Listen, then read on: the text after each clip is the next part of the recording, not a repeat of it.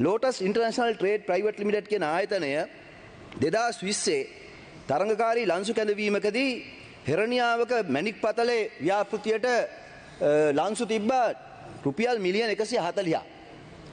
රජයේ බදු මුදල් සහිතව සියල්ල මැණික් පතල් ව්‍යාපෘතියකට. හැබැයි 2020 මේක ලන්සු කැඳෙවුවට මේක 2023 වෙනකම් සිද්ධ වුණේ නැහැ. අවස්ථා කිහිපයකින් මේ කිවිසුම අලුත් කර ගියා. ඊට පස්සේ එතුමලා අපට ලියුමක් කෙව්වා. ඒ ලියුමත් මම හැන්සාඩ් වාතාවරණයට ඇතුළත් කරන්න කියලා ඉල්ලා සිටිනවා. ඒකෙදි කියනවා මීට පෙර සභාපතිතුමා වූ විරාජ් මහතා අප වෙත දන්වා සිටියේ මේ සඳහා හිටපු ගරු අමාත්‍ය චාමර සම්පත් දසනායක මැතිතුමාගේ අනුමැතිය ලබා ගන්නා ලෙසය. නමුත් මේ අනුමැතියක් අවශ්‍ය බව ගිවිසුමේ සම්බන්ධ කරුණුවල කාරණාවල ඇතුළත් කිරීම අතරතුර නිල වශයෙන් සඳහන් නොකළ බැවින් අදාළ උපදෙස් සැක සහිත විය. ඒ කියන්නේ මෙතුමන්ලගේ ගිවිසුමේ තිබිලා නැහැලු අදාළ ඇමතිවරයාගේ අනුමැතියක් අවශ්‍යයි කියලා. එමෙන්ම හිටපු අමාත්‍ය චාමර සම්පත් දසනායක මැතිතුමා විසින් ඔහුගේ මැතිවරණ බල ප්‍රදේශය තුල සිදු කරන සුබ සාධක සහ අනිකුත් ව්‍යාපෘති සඳහා අනුග්‍රහය සහ දායකත්වය ලබා දෙන ලෙස කිහිප වරක් ඉල්ලා සිටි බවද ඔබගේ අවධානයට අප යොමු කිරීමට අප කැමැත්තෙමු. ඒ කියන්නේ මට ඒක දිවුරුම් ප්‍රකාශයක් තියෙනවා. එමෙන් උක්ත ලන්සු තැබීමකින් ජාතික මැණික් ස්වර්ණාභරණ අධිකාරියට රුපියල් මිලියන 140ක් වූ විශාල මුදලක් ආයෝජනය කළ සමාගමක් ලෙස මෙම ව්‍යාපෘතියේ ප්‍රධාන අරමුණු සහ කරුණු කාරණාවලට කිසිසේත් අදාළ නොවන අතිරේක අනුග්‍රහ කිල්ලීම් මෙලෙස ඉදිරිපත් කිරීම සුදුසු නොවන බව අපගේ දැඩි විශ්වාසයයි.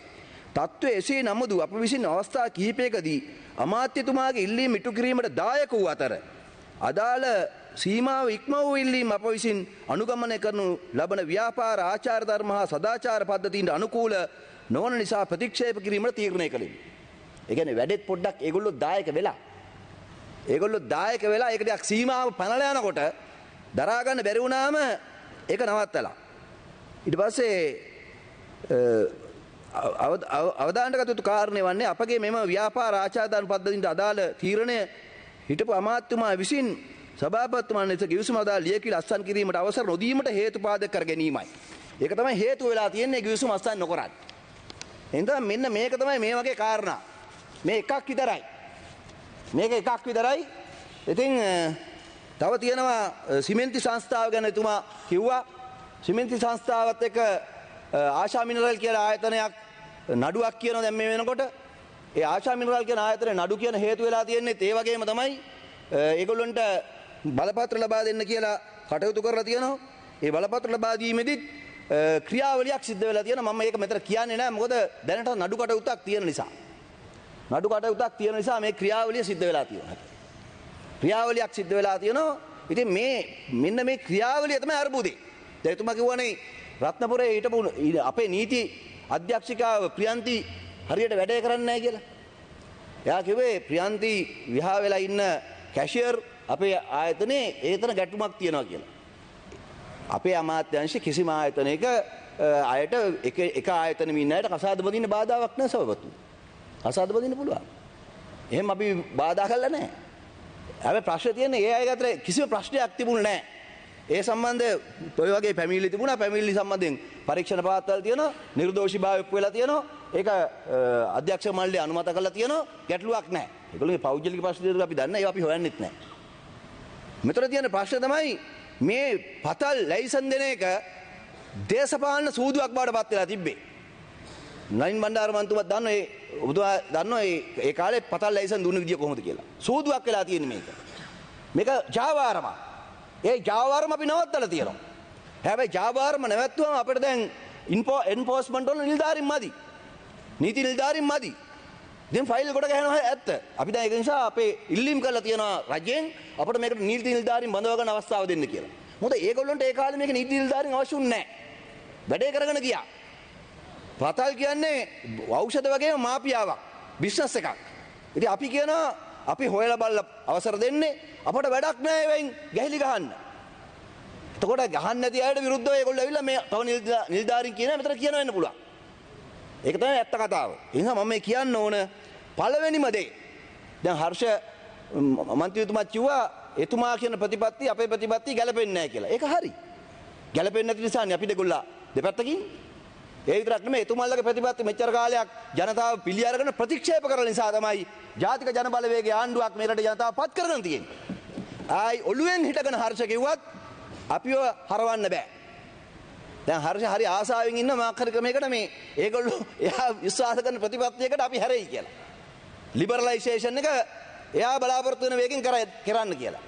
ඒගොල්ලෝ බලාපොරොත්තු වෙන වේගය තමයි මේ ව්‍යාපාර රාජ්‍ය ව්‍යාපාර SOEs කුණු කොල්ලට විකුණන එක. මේවා ලැයිස්තු කරලා තිබුණේ. BCC එක ලැයිස්තුගත කරලා තිබුණේ. අද BCC එක ගිය පෙබරවාරි මාසේ ටර්නෝවර් එක මිලියන 102යි. තිබිච්ච ණය ගෙවලා. තාමත් තියෙන සර්වන් බාර් සබර්ක එකයි පොල්තලියු තමයි.